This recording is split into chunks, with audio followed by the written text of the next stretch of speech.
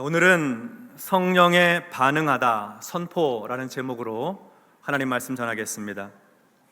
우리 예수 믿는 사람들이 자주 하는 말 가운데 성령 충만이라는 말이 있습니다. 성령은 말 그대로 거룩한 영입니다. 하나님의 영, 그리스도의 영입니다.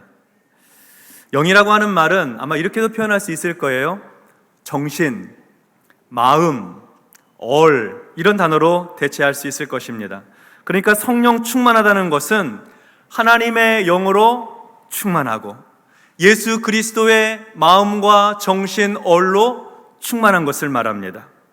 성령으로 충만하게 되면 성령의 인도를 받게 되고 성령의 지도를 따르게 됩니다.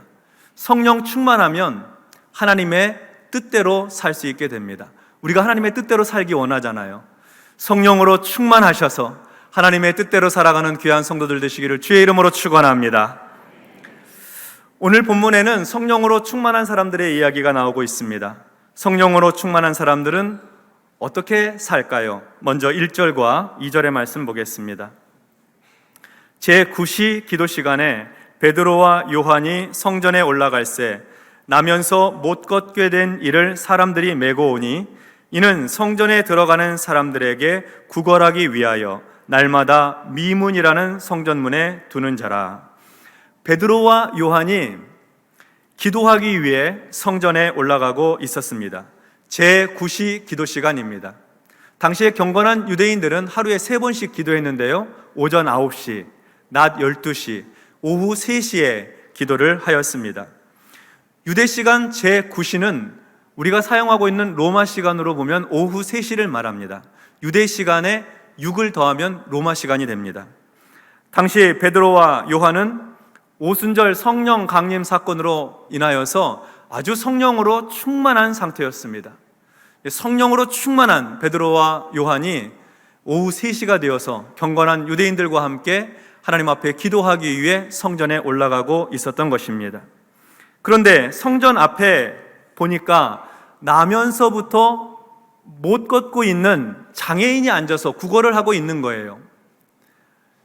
성경 사도행전 4장에 가서 보면 이 사람의 나이가 40대라고 표현하고 있고, 그러니까 지난 40년 동안 이 사람은 한 번도 걸어본 적이 없고, 그리고 하고 싶은 일은 많은데 할 수 있는 환경이 안 되니까 가고 싶은 곳 많은데 잘 가지를 못했죠.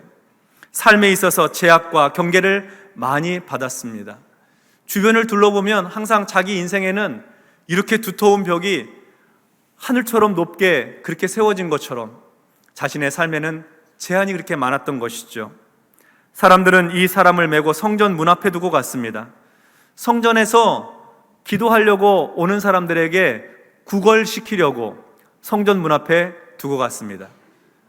성전 안에는 들어가지 않았어요. 이 사람이 성전 문 앞에 있는 이유는 예배하기 위해서, 기도하기 위해서가 아닙니다. 구걸하는 것이 목적이고 그걸로 생계를 유지하려는 목적으로 성전 문 앞에 있었던 것입니다. 성전에 들어가는 사람들은 하나님께 기도하려고 들어가는 사람들이잖아요. 그들의 종교심에 기대서 착하게 살고 싶고 하나님 뜻대로 살고 싶은 사람들의 마음에 기대서 혹시 조금 더 많이 도움을 받을 수 있지 않을까 싶어서 늘 성전 문 앞에서 구걸을 하고 있었습니다. 사람들 붐비는 시장터가 아니고 성전 문 앞에서 구걸했어요. 어쩌면 이 사람 뜻이 아닐지도 모르죠. 사람들이 이 사람을 거기다 데려다 놨으니까요. 그가 앉아서 구걸하는 성전의 문은 미문이라고 하는 문입니다. 예루살렘 성으로 들어가는 문들이 여러 문들이 있었는데요, 예루살렘 성전과 바로 연결되어 있는 문은 미문이라고 하는 문이었습니다. 성전에서 가장 가까운 문이죠. 미문은 아름다운 문이라는 의미를 가지고 있습니다. 그는 매일 하루에 3번 아름다운 문 앞에서 구걸하며 살고 있었지만 정작 그의 인생은 결코 아름답지 못하였습니다. 나면서부터 걷지 못했고 평생을 구걸하면서 살아왔기 때문입니다. 아름답지 않죠. 사회적으로는 차별을 당했고 멸시와 천대를 받았습니다. 사람들의 무관심, 소외는 그를 더욱 고통스럽게 만들었습니다. 종교적으로는 죄인이라고 정죄를 받고 하나님의 진노의 대상이라며 무시를 당했을 것입니다. 사람 대접받지 못하고 살아온 인생, 불행한 운명입니다. 그는 일평생 꿈을 꾸거나 희망을 노래하지 못하였습니다. 3절에서부터 5절 말씀 보도록 하겠습니다. 그가 베드로와 요한이 성전에 들어가려 함을 보고 구걸하거늘 베드로가 요한과 더불어 주목하여 이르되 우리를 보라 하니 그가 그들에게서 무엇을 얻을까 하여 바라보거늘. 이 사람이 베드로와 요한이 성전에 들어가는 것을 보고 구걸을 합니다. 한 푼만 주십시오. 한 푼만 도와주십시오. 저를 불쌍히 여겨주십시오. 한 푼 도와주시면 하나님께서 당신에게 복 주실 것입니다. 한 푼만 주십시오. 구걸을 하였습니다. 베드로와 요한이 함께 그를 주목하여 보았습니다. 관심을 가지고 집중하여 보는 것이죠. 그러면서 하는 말이 우리를 보라, 우리를 보라고 말합니다. 구걸하는 사람에게는 좋은 신호입니다. 우리를 보라고 하니까 혹시 베드로와 요한에게서 뭔가 좀 얻을 수 있지 않을까, 받을 수 있지 않을까 하는 기대감으로 베드로와 요한을 쳐다보았습니다. 6절과 7절 상반절 이어서 보겠습니다. 베드로가 이르되 은과 금은 내게 없거니와 내게 있는 이것을 내게 주노니 나사렛 예수 그리스도의 이름으로 일어나 걸으라 하고 오른손을 잡아 일으키니. 베드로가 자신을 쳐다보는 그 장애인에게 말합니다. 은과 금은 내게 없거니와 내게 있는 이것을 내게 주노니 나사렛 예수 그리스도의 이름으로 일어나 걸으라. 나는 동전 한 푼 가진 것이 없지만 내게 있는 것을 당신에게 주겠소. 나사렛 예수 그리스도의 이름으로 일어나 걸으시오. 이런 말입니다. 이 말이 지난 40여 년 동안 한 번도 걸어보지 못했던 장애인에게 베드로가 하고 있는 말입니다. 나사렛 예수 그리스도의 이름으로 일어나 걸으시오. 걸을 수 있겠습니까? 이게 가능한 일이겠습니까?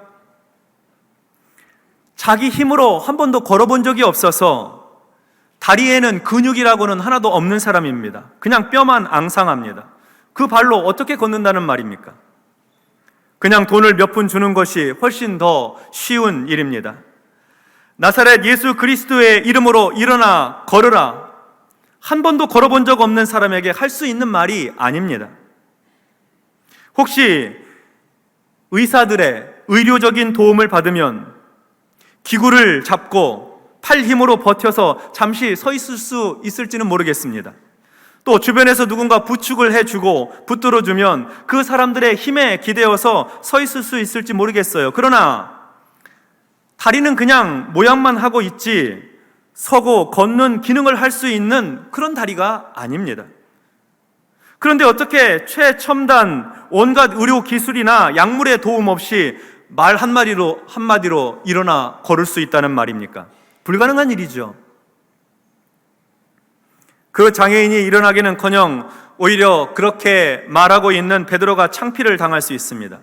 아무 일도 일어나지 않는다고 하면 오히려 머쓱해지고 수치를 당할 수도 있죠. 더 큰 문제는 나사렛 예수 그리스도의 이름으로 명령을 하였으니 베드로나 요한의 체면이 문제가 아니라 예수님이 졸지에 부끄러움을 당하게 생겼습니다. 게다가 말만 하는 것이 아니라 베드로가 지금 오른손을 내밀어서 그 앉아있는 사람의 손을 잡아 일으키려 하고 있습니다. 일어나 걸으라 하고 말하였을 뿐만 아니라 일어날 수 있도록 오른손을 잡아 일으키는 거예요. 행동도 하고 있는 겁니다. 보통 문제가 아니죠. 걱정스럽습니다. 베드로는 왜 이렇게 말도 안 되는 말을 하고 해서는 안 될 행동을 하려는 것일까요? 그것은 성령의 강권하심 때문입니다. 베드로가 성령으로 충만했기 때문입니다. 오순절 성령 강림 사건으로 베드로는 성령 충만하였습니다. 하나님의 영이 예수 그리스도의 마음과 얼이 베드로의 심령에 가득하였던 것입니다. 베드로도 알고 있었습니다. 저 장애인 일어나 걷는 것 불가능하다는 사실 머리로는 다 알고 있었어요. 그런데 성령께서 베드로의 마음에 강하게 충동을 하는 것입니다. 그 사람을 주목하여 보게 하시고 나사렛 예수 그리스도의 이름으로 일어나라고 선포하게 하는 것입니다. 그냥 지나칠 수 없도록 베드로의 마음을 성령께서 완전히 붙들고 계시는 것이죠. 이것이 성령 충만입니다. 성령의 지배를 받고 있는 것입니다. 성령의 이끄심 아래에 저항할 수 없고 거절할 수 없는 것이에요. 그래서 선포해버린 것입니다. 견딜 수 없어서 그냥 말해버린 것입니다. 성령께서 강권하시니까, 성령께서 붙들고 계시니까 믿음으로 순종하여 반응을 한 것입니다. 구약시대에 보면 예레미야 선지자라고 있습니다. 예레미야 선지자에게도 비슷한 일이 있었습니다. 예레미야 20장 9절 말씀에 보면 내가 다시는 여호와를 선포하지 아니하며 그의 이름으로 말하지 아니하리라 하면 나의 마음이 불붙는 것 같아서 골수에 사무치니 답답하여 견딜 수 없나이다. 예레미야 선지자가 하나님의 말씀을 받아서 이스라엘 백성들에게 선포하였습니다. 여러분, 이스라엘이 범죄하여서 이스라엘은 망하게 될 것입니다. 바벨론에 멸망당하게 될 것이고 바벨론의 포로로 끌려가게 될 것입니다. 그러니 바벨론에 항복하십시오. 항복해야 삽니다. 이렇게 하나님 말씀을 대언하는 거예요. 사람들은 예레미야가 전하고 있는 말을 듣기 싫어했습니다. 나라가 망한다니, 항복해야 된다니 누가 그 말을 좋아하겠어요. 그러니까 예레미야를 핍박하고 박해하고 감옥에다가 가두고 고통을 가했습니다. 하나님의 말씀을 받아서 전하면 전할수록 힘든 상황이 펼쳐지니까, 고통스러우니까 예레미야는 더 이상 하나님 말씀 안 전하고 싶었어요. 입을 꾹 닫고 싶었다고요. 그런데 하나님의 말씀을 선포하지 않으면 마음이 불붙는 것 같습니다. 골수에 사무칩니다. 답답하여 견딜 수 없는 것입니다. 하나님 말씀을 선포하지 않고는 견딜 수 없는 것이죠. 그래서 다시 선포하는 것입니다. 다시 하나님의 말씀을 전하는 거예요. 미움받을 줄 알면서도, 오해받을 줄 알면서도, 감옥에 갇힐 수도 있는 줄 알면서도 하나님의 말씀을 전했던 것입니다. 그렇게 하지 않으면 마음에 불이 붙어서 견딜 수가 없으니까요. 지금 베드로의 심정이 딱 그렇습니다. 침묵하고 그냥 지나치기에는 마음에 불이 붙어서 견딜 수가 없는 것입니다. 하나님의 말씀으로 선포하지 않으면 답답하여 골수에 사무치는 것입니다. 그래서 나사렛 예수 그리스도의 이름으로 일어나 걸으라 하고 선포해버렸습니다. 성령님께서 감동하시니까, 붙들고 계시니까 그 성령의 감동에, 그 강권하심에 믿음의 선포로 반응을 한 것이죠. 일이 어떻게 되었을까요? 이어서 7절 하반절부터 8절 말씀입니다. 발과 발목이 곧 힘을 얻고 뛰어 서서 걸으며 그들과 함께 성전으로 들어가면서 걷기도 하고 뛰기도 하며 하나님을 찬송하니. 아멘. 그런데 아주 놀라운 일이 일어났습니다. 그 장애인 손을 붙들고 일으키려고 하는데 발과 발목에 힘이 들어가는 거예요. 벌떡 일어나는 것입니다. 세상에 이런 일이 일어날 수 있을까요? 처음 보는 일입니다. 그가 뛰어 서서 걸었습니다. 기적이 일어난 것이죠. 태어나서 한 번도 걸어본 적이 없는 사람이 자리에서 일어서고 걷고 뛰는 것입니다.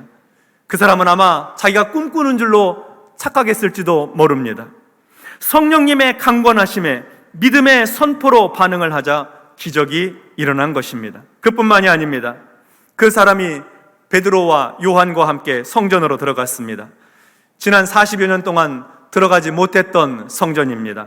성전 입구까지는 왔었지만 성전 안에는 들어가 보지 못하였습니다. 그러나 이제는 성전에 들어갑니다. 하나님께서 계신 곳, 하나님의 임재가 있는 성전 안으로 들어갑니다. 하나님과 만날 수 있는, 하나님 배울 수 있는 곳으로 들어가는 것입니다. 남들은 쉽게 하던 일이 이 사람에게는 평생의 소원이었습니다. 그런데 이제 그 소원 이루어진 것이죠. 그가 성전 안으로 들어갔다는 것은 하나님을 예배하는 공동체 속으로 들어갔다는 것을 의미합니다. 하나님을 찬양하고 하나님께 기도하는 하나님 백성의 공동체 안으로 진입해 들어갔다는 것입니다. 하나님의 백성의 일원이 된 것이죠. 더 이상 정죄당하는 변두리 인생이 아닙니다.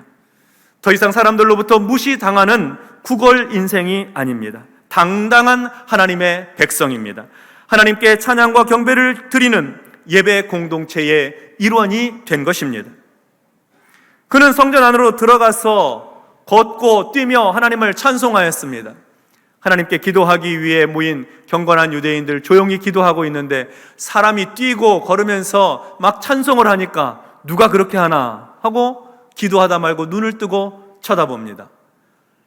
찬송하고 있는 그 사람, 아는 사람입니다. 성전 앞에서 늘 구걸하던 사람인데 그 사람 걷지 못하는 줄 아는데 이렇게 일어서서 하나님을 찬송하며 걷고 있는 거예요. 사람들이 놀랐습니다. 성경에 보니까 심히 놀랐다, 그렇게 표현하고 있습니다. 이 사람이 그렇게 함으로 하나님께 영광을 돌릴 뿐만 아니라 나사렛 예수 그리스도의 이름을 증명하였습니다. 예수님이 하나님의 아들이시고 우리의 구원자 되심을 증거하였습니다. 이 사람은 더 이상 구걸하는 거지가 아닙니다. 복음의 증거자가 되었고 예수 이름의 능력과 권세의 증인이 된 것이지요. 사도행전 4장 4절에 보면 이 일로 인해서 사도들이 증거한 복음을 듣고 주께로 돌아와 회개하고 예수 믿게 된 사람이 5,000명이나 되었다고 기록하고 있습니다. 이 놀라운 역사가 어디서부터 시작되었습니까? 네, 그렇습니다. 베드로와 요한이 성령으로 충만한 데서부터 시작이 되었습니다. 성령으로 충만하여서 성령께서 베드로의 마음에 강권하시는 그 강권하심에 반응을 하자 이런 놀라운 역사가 일어난 것입니다. 성령께서 마음에 충동을 주시고 말하라고 자꾸 말씀하시는데 입 꾹 담고 참고 그 앞을 지나갔다고 하면 그 장애인 일어나지 못했을 것입니다. 뿐만 아니라 5,000명이나 되는 영혼들 구원해내지 못했을 거예요. 그런데 하나님의 말씀, 성령의 감동에 반응을 하고 믿음으로 선포하자 하나님께서 역사하시고 하나님께서 은혜를 베풀어 주셨던 것입니다. 야고보서 5장 13절로 15절 상반절에 있는 말씀에도 보면 우리가 잘 아는 말씀인데요, 이 말씀 같이 한번 합독하도록 하겠습니다. 시작. 너희 중에 고난당하는 자가 있느냐? 그는 기도할 것이요. 즐거워하는 자가 있느냐? 그는 찬송할지니라. 너희 중에 병든 자가 있느냐? 그는 교회의 장로들을 청할 것이요. 그들은 주의 이름으로 기름을 바르며 그를 위하여 기도할지니라. 믿음의 기도는 병든 자를 구원하리니 주께서 그를 일으키시리라. 아멘. 야고보 선생은 믿음의 기도가 병든 자를 구원한다, 주께서 병든 자를 일으키신다고 하였습니다. 믿음의 선포가 기적을 일으킨다는 말씀입니다. 우리는 예수 그리스도의 이름으로 선포할 뿐입니다. 그러면 주께서 구원하시고 그러면 주께서 일으켜 주시는 것입니다. 이 일이 될까 안 될까 따지지 말고 이게 과연 이루어질 수 있는 일인가 계산하지 말고 성령께서 마음에 감동 주시면 믿음으로 선포하는 것입니다.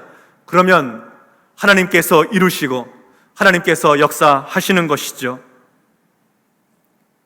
어느 목사님 이야기입니다. 그 교회도 우리 교회처럼 금요 기도회가 있는가 봐요.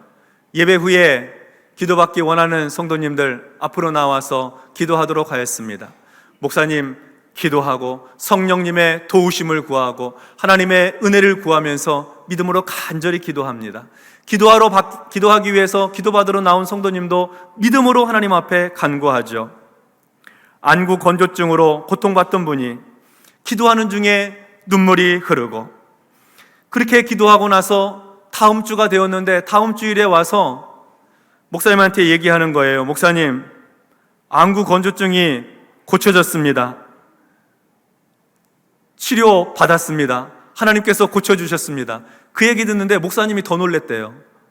하나님께서 기도를 들으시는구나, 기도에 응답해 주셨구나 하고 고백하게 된 것이죠. 갑상선 혹이 있어서 검사를 하고 결과를 보러 가야 하는데 그 혹이 혹시 악성 암이 아닐까 너무 두려워서 하나님 앞에 기도합니다. 성령께 간구합니다. 믿음으로 선포하며 기도하는 거예요. 그 주간에 연락이 옵니다. 다행히 암이 아니라는 소식을 듣게 됩니다. 세무 관련해서 억울하게 수천만 원의 거액의 돈을 물게 생겨서 눈물로 기도하고 믿음으로 선포하였습니다. 주중에 연락이 오는데 목사님 잘 해결이 되었습니다. 몇 년 동안 아무리 팔려고 애쓰고 수고했는데도 팔리지 않던 빌라가 있어서 간절히 기도하고 믿음으로 선포하며 간구하니 얼마 지나지 않아서 연락이 오는 거예요. 목사님, 기적이 일어났습니다. 빌라가 팔렸어요. 흥분해서 연락을 하는 거예요. 자녀의 직장 취업을 위해서 믿음으로 기도하고 선포하였더니 필기시험을 패스하고 실기시험 넘어서고 이제 면접을 남기고 믿음으로 계속 기도하고 있는 것입니다. 감사한 일들이죠. 기도하면서 성령님께 믿음으로 반응하는 것입니다. 문제는 해결되고 어려움은 떠나가고 건강은 회복될 줄로 믿고 기도하는 거예요. 선포하며 기도하는 것입니다. 그러면 역사는 하나님께서 이루어 주시고 기적은 하나님의 몫이 되는 것입니다. 성도 여러분, 나사렛 예수 그리스도의 이름에 능력이 있습니다. 예수 그리스도의 이름에 권세가 있는 줄로 믿습니다. 그러므로 예수의 이름으로 선포하고 예수의 이름으로 간구하십시다. 응답은 하나님께 있으니 우리는 믿음으로 선포할 뿐입니다. 할렐루야. 제가 이 시간에 나사렛 예수의 이름으로 선포하면 우리 성도들께서도 믿음으로 아멘 하고 선포해 주시기 바랍니다. 나사렛 예수 그리스도의 이름으로 모든 암과 육체의 질병을 떠날지어다. 나사렛 예수 그리스도의 이름으로 모든 마음의 병은 떠날지어다. 나사렛 예수 그리스도의 이름으로 모든 가난과 궁핍은 떠날지어다. 나사렛 예수 그리스도의 이름으로 모든 불신앙과 교만과 죄의 습관은 끊어질지어다. 나사렛 예수 그리스도의 이름으로 성도들의 가정은 화목하고 믿음의 가문으로 세워지며 자손들은 형통할지어다. 할렐루야. 우리는 성령 충만하여서 믿음으로 선포해야 합니다. 하나님의 영으로 충만한 사람들은 말을 해도 마음에 긍정적인 말들을 하고 하나님의 역사를 기대하는 말들을 선포하는 것입니다. 그래서 이렇게 말하는 거예요. 잘 될 것입니다. 문제는 해결됩니다. 자식은 형통합니다. 건강은 회복됩니다. 영혼은 구원을 받고 범사에 잘 되고 몸은 강건하게 됩니다. 이렇게 믿음으로 선포하는 것입니다. 이번에 사업의 새로운 아이템, 새로 출시되는 제품에 대박이 날 것입니다. 말을 그렇게 하는 거예요. 우리 자녀들 바라보면서 너는 잘 될 것이다. 너는 형통할 것이다. 너는 탁월한 사람이 될 것이다. 축복하면서 격려해 주는 것입니다. 그렇게 하여서 하나님의 성전으로 들어와 하나님을 만나게 되고 하나님의 백성의 공동체, 예배하는 공동체의 일원이 되며 예수 그리스도의 증인으로 살게 되는 놀라운 삶의 변화를 체험하게 되는 것입니다. 하나님은 우리가 성령 충만한 신앙생활을 하기를 원하십니다. 성령으로 충만하여서 성령께서 주시는 마음의 감동에 순종함으로 믿음으로 선포하는 것입니다. 하나님께서는 우리 믿음의 선포를 들으세요. 믿음의 선포를 들으시고 하나님께서 응답해 주시고 기적을 베풀어 주시고 은혜를 베풀어 주시는 것입니다. 어렵고 힘든 일도 변화하여서 복이 되도록 만들어 주세요. 그러므로 우리 입술에 권세와 능력이 있고 우리 기도가 무슨 효험을 발휘하는 것이 아니고 하나님께서 능력을 베풀어 주시고 성령께서 역사해 주시는 거예요. 그러므로 우리는 믿음으로 선포할 뿐입니다. 하나님께서 도와주시고 은혜 베풀어 주셔서 이번 주간에도 마음에 감동 주시거든 말해버리세요. 잘 될 거라고, 이겨낼 거라고, 승리할 거라고, 치료받을 것이라고 선포하십시오. 하나님께서 기적을 맛보도록 도와주실 것입니다. 이러한 은혜와 축복이 우리 삶에 충만하기를 주의 이름으로 축원합니다. 아멘. 기도하겠습니다. 하나님 아버지 감사합니다. 오 주님, 이 시간 우리에게 주의 성령으로 충만하게 하여 주시옵소서. 그래서 우리의 입술의 선포가 믿음의 선포가 되게 하시고 믿음의 고백이 되게 하여 주시어서 우리 안에 있는 모든 연약한 질병이 떠나가게 하여 주시고, 우리를 억압하고 있는 모든 가난과 궁핍이 떠나갈 뿐만 아니라 마음의 병도 고침을 받고, 관계의 깨어짐도 회복되고, 가정은 평안하게 되게 하시고, 사업과 일터가 번성할 수 있도록 축복하여 주시옵소서. 성도들의 가정 안에 믿음의 선포가 이번 주에 이루어질 때에 주께서 역사하여 주시어서 가정마다, 개인마다 간증이 넘쳐나고 하나님의 하신 일이 온 세상 가운데 증거되게 하여 주옵소서. 예수님의 이름으로 축복하며 기도하옵나이다. 아멘.